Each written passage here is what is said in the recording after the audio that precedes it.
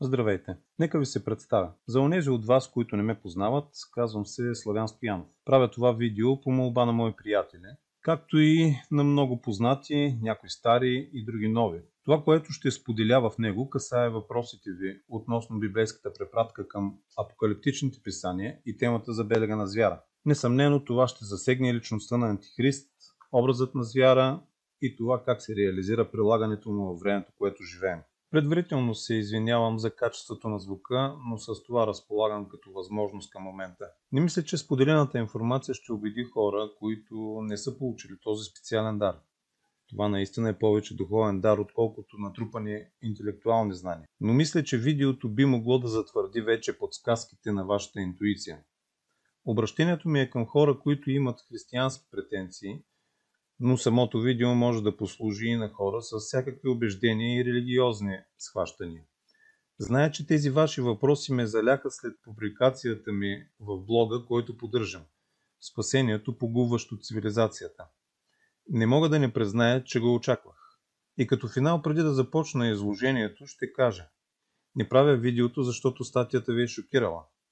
Не правя видеото, защото мислите, че съм краен и това ме е притеснило. Не правя видеото и защото ви е трудно да приемете всичко написано вътре. Правя го поради това, защото ме помолихте. Правя го, защото не съм безразличен към вас. Защото някога Творецът е пресичал пътищата ни и сме ходили заедно.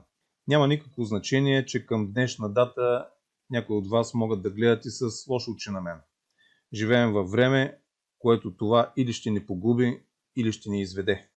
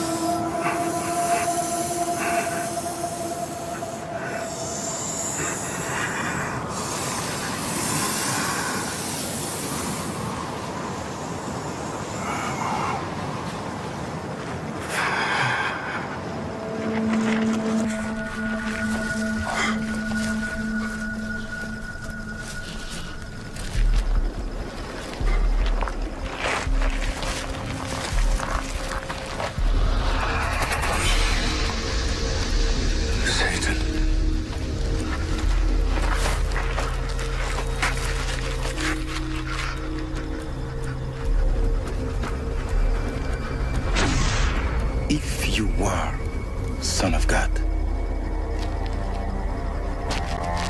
command that this stone becomes bread.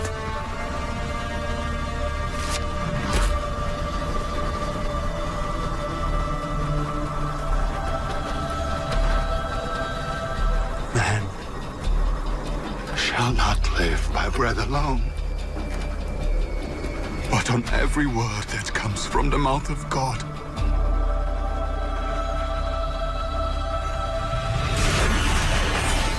If God loves you, throw yourself down. His angels will lift you up in their hands. How dare you put God to the test? If you will bow down and worship me, I will give you the whole world.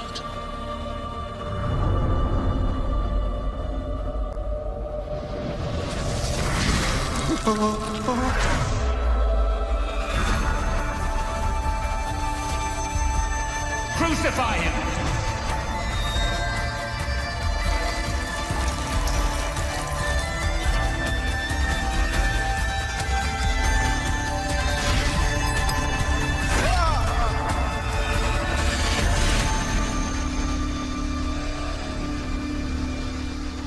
Get away from me, Satan.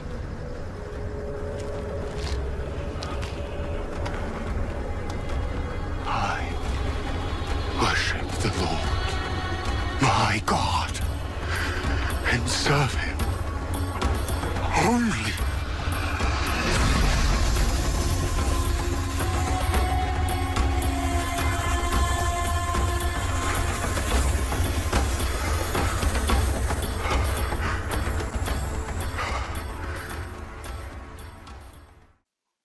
Тогава, като го възведе на една планина, нависоко и му показа всичките царства на Вселената, в един миг време дяволът му рече: на тебе ще дам всичката власт и слава на тия царства, защото на мене е предадена. И аз се давам комуто ща. И тъй, ако ми се поклониш, всичко ще бъде твое. Това е пасаж от Евангелие на Лука, 4 глава от 5 до 7 стих. Ето, това е основният фундамент, че този свят е предаден на дявола. Как и кога е тема на друг разговор. Ще го кажа така. Този свят, не планетата, която не е негова собственост, той е бил поставен да бъде единствено настойник, но е изменил на тези си функции. Та този свят, тази човешка цивилизация и всичките й постижения са негов конструкт. Като господар на този свят, той е създател на тази система, на тази матрица. И сега чуйте ме внимателно. Всяка институция, държава, медицинска институция, лаборатория, научни институции, съдебна система, всяко учебно заведение са негови програми. Те не предават истината такава, каквато е. Не ме убивайте с камъни сега. Всяка религиозна структура също е негов конструкт. Ще се обоснова защо и надявам се да ме разберете, защото това, вярвам, ще ви даде насоки как да действате. От момента, в който ние се раждаме на този свят, биваме включени в тази система. Нас ни отглеждат и ни възпитават как да мислим. Учат ни кое какво е. Казват ни кое е истина и кое е лъжа. Запитайте се, когато едно дете се роди в болница, какво се случва с него? То бива записано, че е родено и му се издава акт за раждане. Ако не притежава детето такъв, системата казва, че то не съществува. Не е регистрирано в нея. Не е въведено в матрицата и то не може да се формира по калъпа на останалите. Ще спре ли в действителност обаче това дете да съществува? Бог е осигурил всичко, което ни е нужно за нашето съществуване в заобикалящия ни свят. Знаете ли защо се извършва национално преброяване? Защо ни записват? Каква принадлежност имаме? Каква религиозна ориентация имаме? Какви книги четеме? Прави се, защото ние сме бройки. Ние сме цифри за системата. Тя не гледа на нас като живи същества. Създават ни профил. Ако ние излезем от пътя на системата, трябва да бъдем наказани, превъзпитани или унищожени. That commander is selected by the Secretary of the Navy to head up all of these operatives, to go back into Germany and find out what's going on. Because that individual had never had misinformation given to him about every technical field on the planet. Everything we learn in the establishment-controlled education systems is specifically designed to program our minds away from the truth. Physics is wrong. Medicine is wrong. History is wrong. Everything we are taught in textbooks is mainly wrong. And this is done purposefully so we don't understand how to move our bodies, how to feed our bodies, what really happened in the past, what technology can really do these days. All of these things, if we learn them, would help us empower ourselves, would help us actually understand what's really going on with our reality. Тук си, защото знаеш нещо. Не можеш да го обясниш, но го чувстваш. Винаги си го усещал. Нещо не е наред с този свят. Не знаеш какво е, но е там, като червей в мозъка ти. Побърквате. Това чувство те доведе при мен. Знаеш ли за какво говоря? Матрицата. Искаш ли да знаеш какво е? Тя е навсякъде, около всички ни. Дори сега, в тази стая. Виждаш от прозореца си или като пуснеш телевизора. Чувстваш когато ходиш на работа, на църква, когато плащаш данъци. Това е светът, който е покрил очите ти и ти пречи да видиш истината. Коя истина? Че си роб, Нео. Като всички, ти си роден в плен, в затвор, който не можеш да помиришеш или пипнеш. Затвор за ума ти.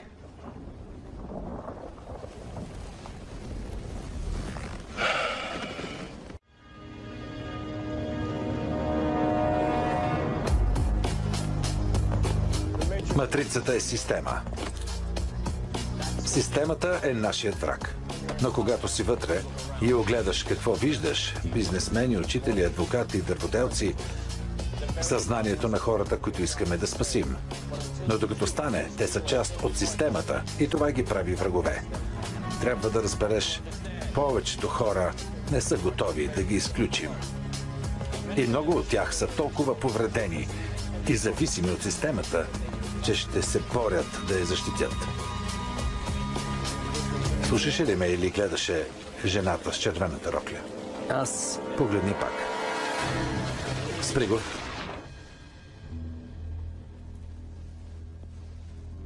Това... не е матрицата. Не. Това е друга програма, създадена да те научи. Ако не си един от нас, си един от тях. Какво са те? Разумни програми. Могат да влизат и излизат от всеки софтуер, свързан с програмата им. Това значи, че всеки несвободен е потенциален агент. Вътре, в матрицата, те са всички и никой. Когато християнството възниква, как точно съществува то? Обяснете къде точно Исус се обади да съобщи, че събира множества, че ще ги храни. Може би се обади в Синедриона, за да им иска разрешение, или пък прати емисари и входира документация при някой стотник или хилядник на цар Ирод или Пилат Понтийски, за да му пратят военно подразделение, което да съпътства мирните му шествия. Къде точно апостол Павел регистрира първата църковна общност в Европа? Може би след като започнаха да нарастват и се чудяха в обединени тракийски църкви, или ще е по-добре, или да ползват илирийската регистрация, защото там деноминациите са на по-свободен режим. Може би са си казали, не, ще правим ново обединение сред скитите, за да не се занимаваме с църковни политики на Траки и Илири, което точно наричаха ранните християни църкви. Онази катедралата на центъра или другата до пазара, дето майстор Полюфичето я е правил. Не беше ли църквата просто еклесия? Събрание на хора с общи интереси и търсения? Не каза ли Христос, там където са събрани двама или трима в Мое име, там съм и аз, на поляната, под навеса или просто особата на Гоце, сина на Тянката? Разбирате ли какво искам да кажа?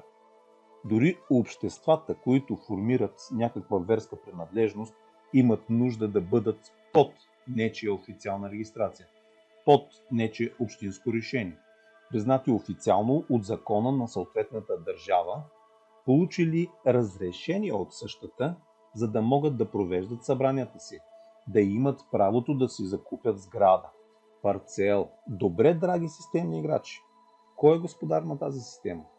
Кой е градил тези институционални структури? Господаря на този свят, нали? Който движи нещата посредством така наречения световен елит, световно правителство, дълбока държава. Следователно будисти, мюсюлмани, християни, юдеисти и така нататък имат разрешение от него, за да съществуват в неговата система. Той им дава регистрация. При него тази регистрация е заведена, картотекирана, цифровизирана, защото неговият системен ред е създал програма, сектор, място къде и под каква форма точно могат да съществуват. В противен случай биват обявени извън закона, извън системата и подлежат на преследване и наказание. Защо? Преследване от кого? От чий закон? Наказани са, защото са извън системата на кого? Извън програмирането на кого? Свещените писания са дадени на хората, за да им служат като наръчници от които да следват божествения ред и хармония, а не редът на тази система. Въпреки това, тези общества се превръщат именно като част от тази система. Харесва ли ви или не, това са други форми на контрол. Какъв точно контрол? Ами такъв, посредством който да ви държат вътре в системата му. Да развивате дейности, които тази система позволява. А позволява, защото са в нейн контрол, вътре в нея. А механизмите за контрол са нейните оръжия срещу свободата. Нима ви казвам да си напуснете обществата. А това ли ви казвам? Това ли чухте? Имате уникална възможност, бидейки общности, да влияете на мнозина, да говорите в живота им, което само по себе си означава, че имате уникална възможност да се организирате и да си помагате.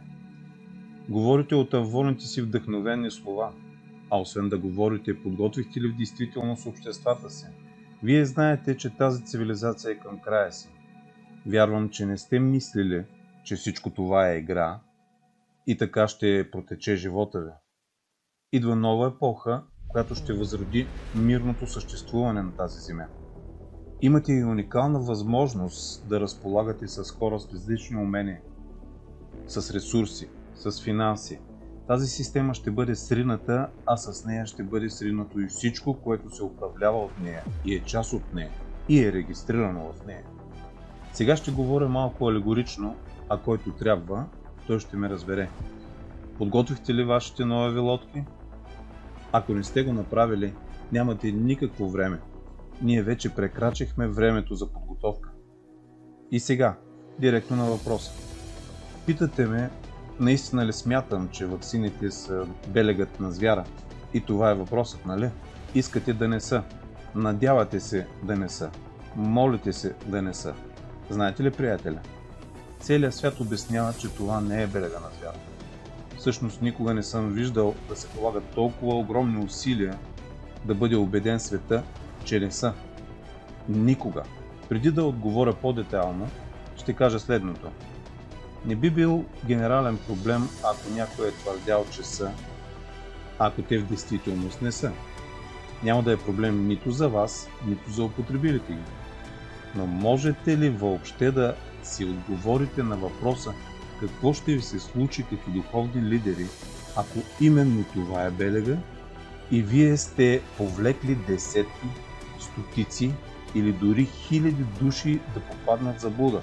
Присъдата от вечния ще бъде такава, че дори Хитлер и Сталин не биха се вредили в класацията по тежест до вас, защото множествата избити от тях биха могли да бъдат в райските простори, но никой приел белега няма и минимален шанс да се окаже там. И мисля, че до болка добре го знаете. Истината е, че всички обясняват, че това не е белега. Осъзнавате ли, че не можете да обясните какво не е белега, след като не знаете с точност какво е? We all know, but still pay insufficient attention to the frightening scenario of a comprehensive cyber attack, which would bring to a complete halt to the power supply, transportation, hospital services, our society as a whole. The COVID-19 crisis would be seen in this respect as a small disturbance in comparison to a major cyber attack. To use the COVID-19 crisis as a timely opportunity to reflect on the lessons the cybersecurity community can draw and improve our preparedness for a potential cyber pandemic. I want to be straight with you. There will be no return to the old normal for the foreseeable future. I repeat, there will be no return to the old normal for the foreseeable future. So people assume we are just going back to the good old world which we had, and everything will be normal again in how we are used to normal, in the old fashion. This is, let's say, fiction. It will not happen. A vaccine on its own will not end the pandemic. Белег преди всичко означава нарушение на рождената ни цялост и уникалност. Белегът може да е външна промяна, но може и да е вътрешна. Например, промяната на ДНК-то ни е именно това. ГМО означава генно модифициран организъм. Затова и третирането с тази напълно нова технология, която не може дори да се нарече ваксина, е именно това. Пример за процес на генна модификация е вмъкването на генетичен материал, например участъци от нуклеинова киселина като РНК. На хората в момента се гледа като добитък. На български използваме думата белег, но всъщност това е маркиране. Маркирането се прави с цел обозначаване на кого принадлежи маркираният обект. Откакто този похват съществува, се е търсило решение как маркирането да остане перманентно и неотменимо. Писанието ни дава някои репери, които да ни ориентират, когато това започне да се случва. И принуждаваше всички, малки и големи, богати и сиромаси, свободни и роби, да им се тури белег на десницата или на челата им. Репер 1. Форма на принуда. Под една или друга форма този белег ще се налага принудително. А какъв по-добър метод, ако се прави под претекст, че така се спасяват животи? Тоест, става дума за вид спасение. Но защо точно спасение? Защото Антихрист е лъже-месия, лъже-спасител. Измамата му се състои в това, че той спасява уж хора в целия свят от нещо, което ги унищожава. Дадени са ни и допълнителни подсказки. Ще бъдат принуждавани деца и възрастни. Всички. Бедни и богати, т.е. всички прослойки на обществото. Свободни и роби. Касае статуса и политическото устройство на различните държави. Individuals who are religious fundamentalists, religious fanatics, and this is the expression, RT-PCR, real-time PCR expression of the VMAT2 gene. Over here, we have individuals. So let me complete. So over here, we have individuals who are not particularly fundamentalists, not particularly religious, and you can see there's a much reduced expression of this particular gene, the VMAT2 gene. Another evidence that supports our hypothesis for the development of this approach. How would you suggest that this is going to be dispersed? Aerosol? Well, so the present plan and the tests that we've done so far have used respiratory viruses such as flu or rhinoviruses, and we believe that that's a satisfactory way to get the exposure of the largest part of the population. Most of us, of course, have been exposed to both of those viruses, and we're quite confident that this will be a very successful approach. By spreading this virus, we're going to eliminate individuals from donning on a bomb vest and going into a market and blowing up the market. So our hypothesis is that these are fanatical people, that they have overexpression of the VMAT2 gene, and that by vaccinating them against this, we'll eliminate this behavior. Първото, което виждате в това видео, е, че на 13 април 2005 година Бил Гейтс презентира разработка пред въоръжените сили на щатите, която вече е готова. Тоест, те се разработили много преди 2005 година. Тук не съм сложил цялото видео, но ще го поставя в описанието. На въпроса как са кръстили ваксината, той отговаря Funvaccine. Но от всичко споделено в презентацията става ясно, че подходящото име е антибог, тъй като чрез нея целят да премахнат в хората генетичната им заложеност за вяра в Бога. Питам ви, колко по-ясно да ви бъде казано, че тези разработки на ваксина са маркирането от антибога, антихрист. Бил Гейтс напълно и ясно обясни, че това е ваксина, която ще премахне вярата в Бога. По този начин антибога, сиреч антихриста, ще направи и вас антибог, противници на Бога. Точно и ясно той презентира разработването на технология белегът на звяра. Освен това каза и как ще бъде вакцинирано цялото население. Обяснено беше, че за това са използвани респираторни вируси като грип, настинка и други.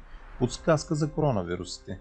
Гейтс обявява, че това е най-удачният начин за вакциниране на по-голямата част от населението, защото тези вируси са най-срещаните сред хората. Стигнали са до извода, че това ще е най-успешният начин да бъде приложена масова вакцинация. Yeah. So just lay it out there. Is graphene oxide in these shots? 100% it is, and it's irrefutable, and I'll walk you through it. So what's really important to know is that all of the mRNA vaccines contain what's called a pegylated lipid nanoparticle.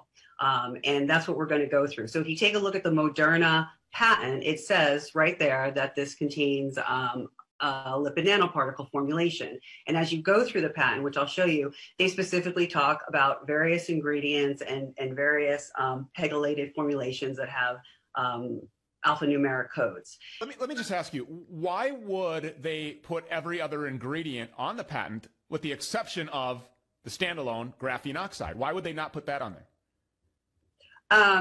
I would say the number one reason is because it's poisonous to humans, and well known that it's poisonous to humans. Okay.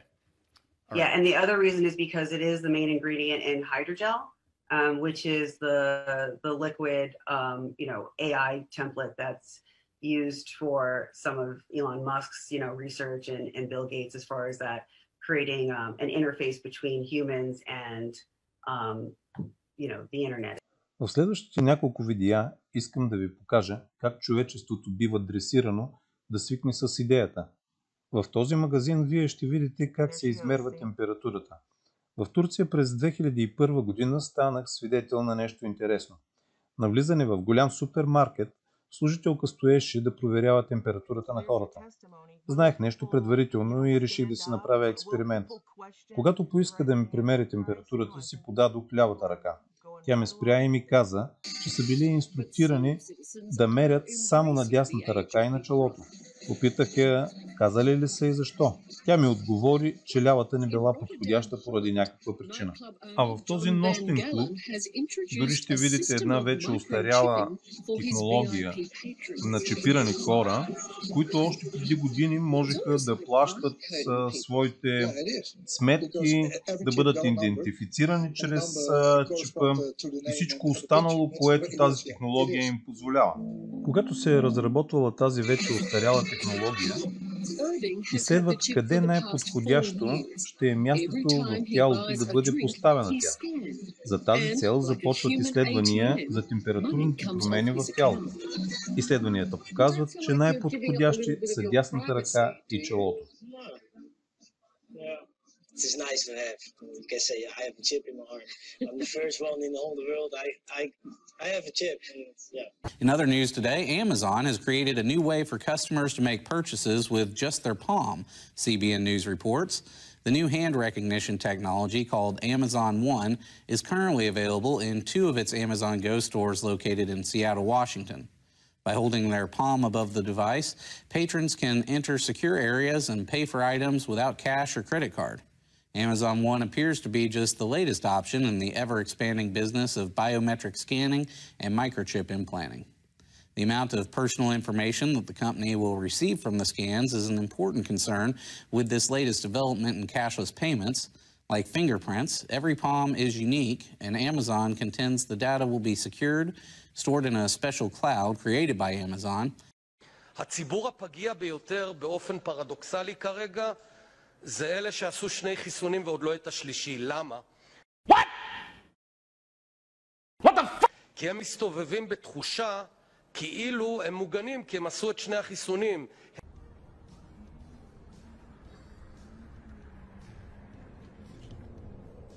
הם לא מבינים שהחיסון השני דעך אל מול הדלטה וחייבים מהר להתחסן בחיסון השלישי.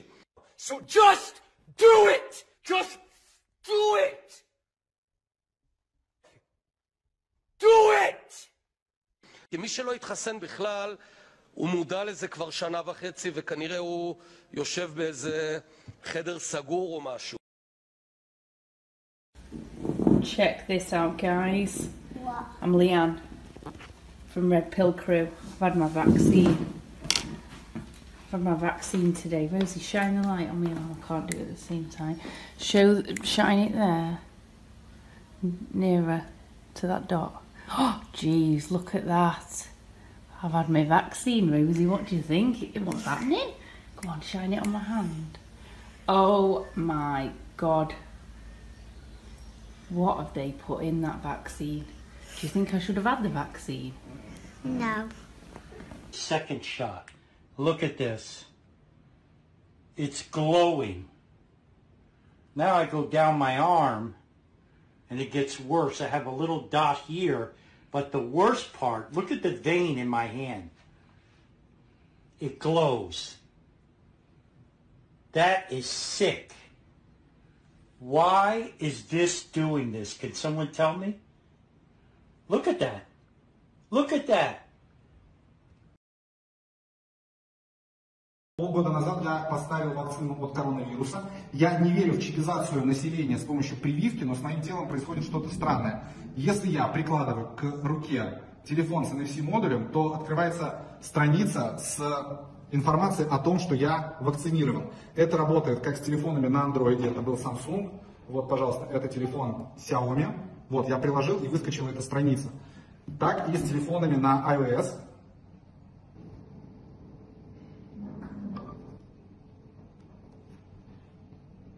Помогите донести это видео до Роспотребнадзора, до Минздрава, до, я не знаю, Сергея Собянина. Пусть мне ответят, что со мной не так, и будет ли вот это работать в московских кафе и ресторанах. Спасибо.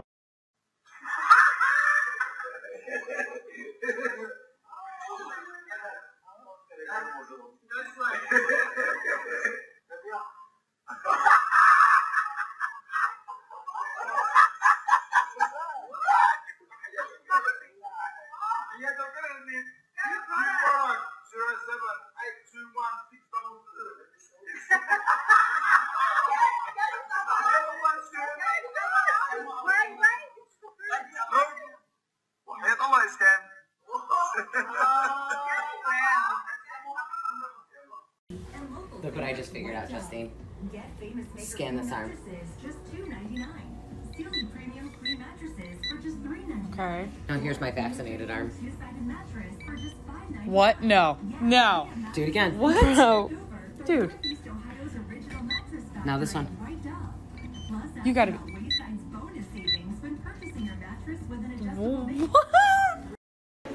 Итак, для чистоты эксперимента мы разворачиваем телефон, мы видим мои адреса, и мы берем и ищем.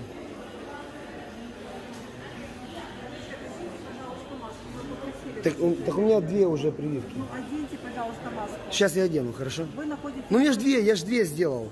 Это не важно, у вас пока нигде это не написано. Оденьте, пожалуйста. У вас люди сидели ваши без маски. Оденьте, пожалуйста. Сейчас, хорошо, я одену, хорошо. Мне просто неудобно говорить, я сейчас сделаю. Мы не спорим с этими... Привет. А что ты закрылась? Понимаешь, это маразм, да? Итак, доступное устройство. Редко используемое. Ребята, 31. Смотрите. У вас еще есть сомнения? Смотрите сюда, девушки. Это что такое? Это за Bluetooth устройство. Нет, вы просто для себя подумайте, что вы выполняете тоже злочинные наказы. Итак, друзья, этим всем людям присвоили MAC-адреса. Здесь всего лишь два устройства, Apollo и Redmi. Остальные все цифровые числа. Вот здесь проводится укольчик. Мы снимаем с дальнего расстояния. И вот еще один человек получает новый паспорт. Паспорт как в холодильник. Холодильный паспорт получают люди. Ответов у них, конечно, ничего, на мои вопросы не будет никаких. И одна причина — это просто оденьте маску. Все. Вот. А объяснять людям, что у них получился MAC-адрес, им бесполезно. Вот я еще к девушке, которая... Вы подошли со мной на контакт. Смотрите, я включил устройство Bluetooth. Нет. Вы в курсе, что вам каждому присвоили этот MAC-адрес?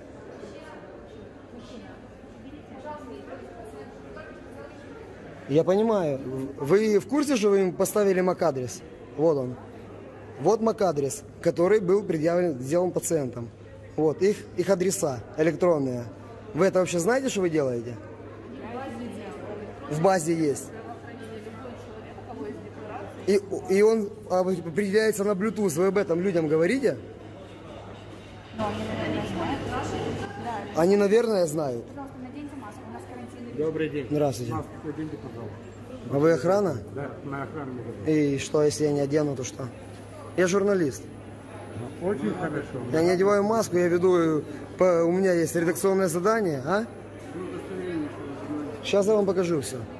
То есть вас предупреждали, что вам присваивают MAC-адрес? Электронный адрес, вот у вас, здесь. Я вас определил, что 31 человек сидит с MAC-адресом. Вам это говорили?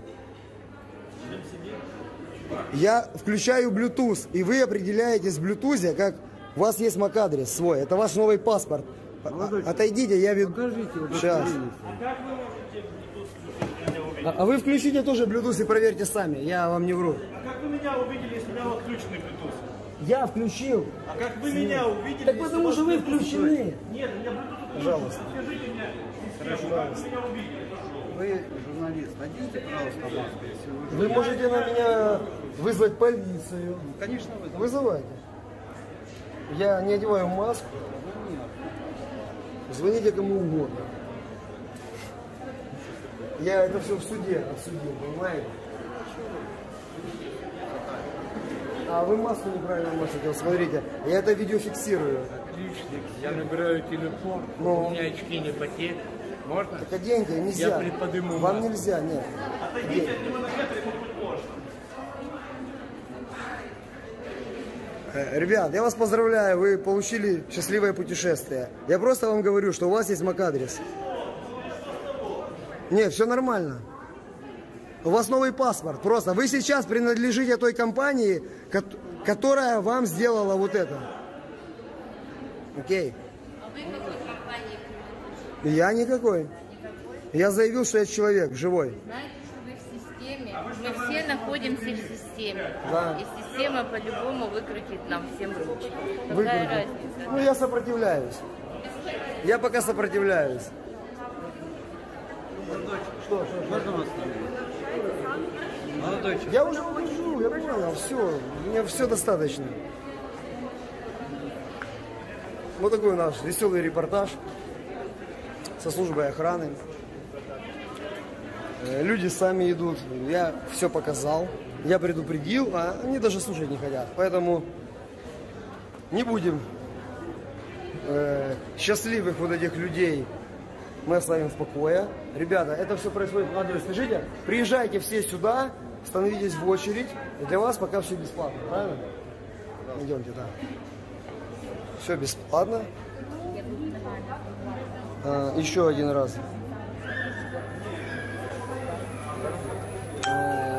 Обращаюсь ко всем, кто стоит. Вас предупреждают, что вы получаете новый электронный паспорт. Вот он, MAC-адрес. Вы знаете это? Все. Они в курсе, да? Так, что-то я неправильно сделал.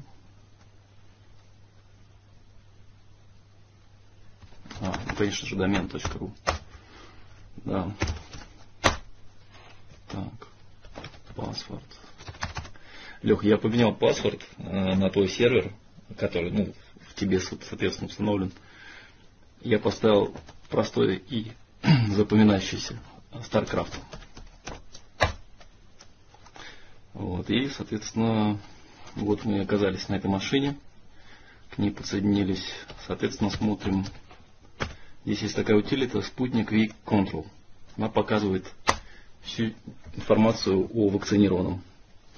Сейчас идет сбор статистики и всей остальной информации. Сейчас дождемся. Вот, да, что она нам показывает. Соответственно, вы сами все можете увидеть. Имя, день рождения, адрес, текущая позиция, координатах, широта, долгота. Сейчас Лех спит, да, потому что сейчас 3 часа ночи. Вот, он первый раз вакцинировался 22 февраля. Затем в марте была вторая прививка.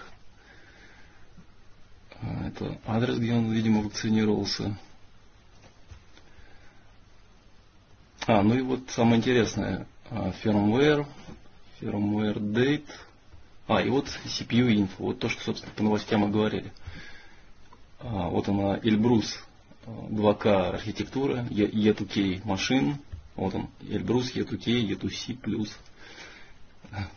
Низкая довольно-таки частота, 496 МГц. В общем, параметры кэшей. Так что такие дела, ребят. Надо еще 10 раз подумать, стоит ли вакцинироваться или нет. Лех, в общем, пиши мне, если будет что-то интересно. Я тебе более подробную информацию потом покажу. Производители российских вакцин против COVID-19 близки к выходу на масштабный выпуск. Об этом сообщил министр здравоохранения Михаил Мурашко, подчеркнув, что объем производства вакцины значительно увеличит уже в ближайшие 2 месяца. Мурашко отметил, что в ходе пострегистрационных наблюдений создали беспрецедентную систему по сбору данных о действии этих препаратов на испытуемых.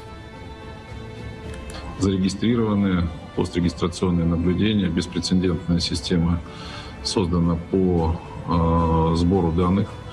Уже это принцип реальных данных и реального мира обращения вакцины с цифровым следом.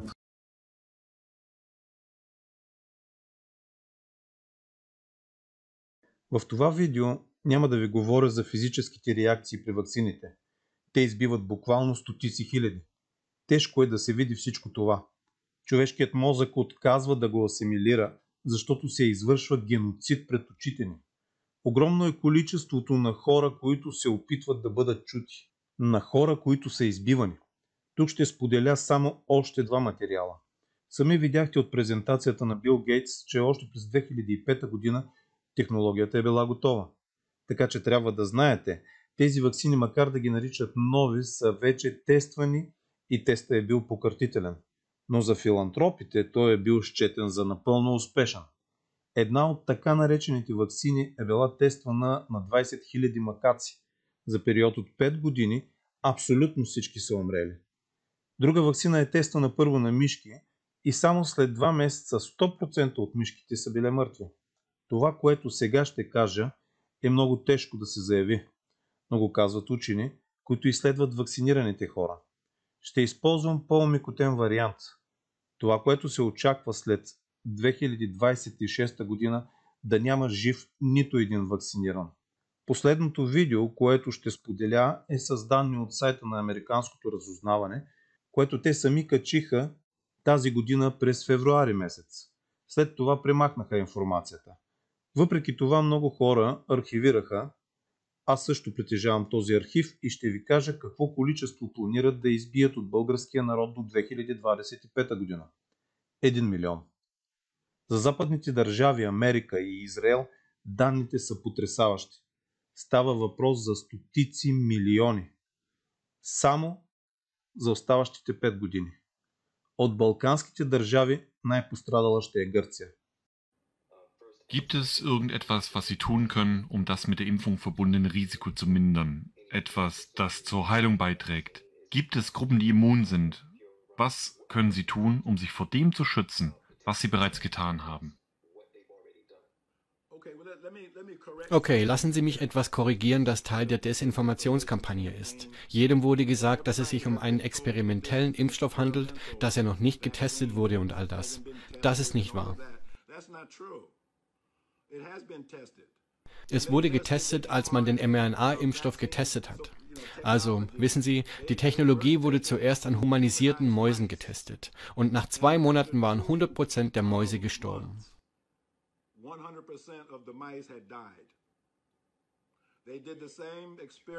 Sie haben das gleiche Experiment durchgeführt, indem sie die mRNA-Technologie in Affen injiziert haben und das gleiche Ergebnis. 100% Todesrate. Und bei der Autopsie wurde mRNA in jedem Organ des Körpers gefunden. Wir müssen also wieder einmal die Aufzeichnung korrigieren. Sie haben ein Experiment durchgeführt, um zu beweisen, dass die mRNA-Technologie zu 100% tödlich ist. Wenn man die Lebensspanne von Mäusen auf die menschliche Lebensspanne umrechnet, entsprechen 2 Monate eines Mäuselebens 2 Jahre eines Menschenlebens. Wenn also laut Dr. Judy Mikovits und Dr. Luc Montagnier, dem Nobelpreisträger, 100% der Mäuse in 2 Monaten gestorben sind, werden die Menschen, die geimpft wurden, in 2 Jahren tot sein. Um nun zu Ihrer Frage zu kommen, kann man etwas dagegen tun, was bereits erwiesen ist? Wir sollten aufhören, die Dinge bei ihrem falschen Namen zu nennen. Dies ist eine biologische Waffe. Das Spike-Protein ist eine biologische Waffe, die sie töten kann. And so I have been now doing that on my patients, finding people who have recently had their COVID shot within the previous 7 days. It needs to be between 4 and 7 days, and doing a blood test on them called a D-dimer. And so I'm still trying to accumulate more information, but on the ones I have so far, 62% of them have evidence of clotting, which means that these blood clots are not rare. It means that the majority of people are getting blood clots that they have no idea that they're even having. So, Laura Lynn, the most alarming thing about this is that there are some parts of your body, like your heart and your brain and your spinal cord and your lungs, which cannot regenerate. When those tissues are damaged by blocked vessels, they are permanently damaged. So I now have six people in my medical practice with what we call reduced effort tolerance, which means that they just get out of breath much more easily than they used to. I have one fellow that used to walk to my office every week for an arthritis injection, who told me that he could walk 2 miles without any problem, and now after a quarter of a mile he is absolutely out of breath, and it has been like that for 5 months. So on the basis of this D-dimer test, which proves that the majority of people are clotting, these 6 people who now have reduced effort tolerance, literally what's happened to them is they've plugged up thousands of tiny capillaries in their lungs. And the terrifying thing about this is not just that these people are now short of breath and can't do what they used to be able to do, but once you block off a significant number of blood vessels through your lungs, your heart is now pumping against a much greater resistance to try and get the blood through your lungs. And the problem, so that causes a condition called pulmonary artery hypertension. It's literally like blood pressure, high blood pressure in your lungs, because the blood can't get through because so many of the vessels are blocked. And the terrifying thing of this is that people with pulmonary artery hypertension usually die of right-sided heart failure within 3 years. So the huge concern about this mechanism of injury is that these shots are causing permanent damage, and we haven't, and the worst is yet to come, because, there are some tissues in your body, like intestine and liver and kidneys, that can regenerate to quite a good degree, but brain and spinal cord and heart muscle and lungs do not. When they're damaged, it's permanent. Like all these young people who are now getting myocarditis from these shots, they have permanently damaged hearts. It doesn't matter how mild it is, they will not be able to do what they used to be able to do, because heart muscle does not regenerate.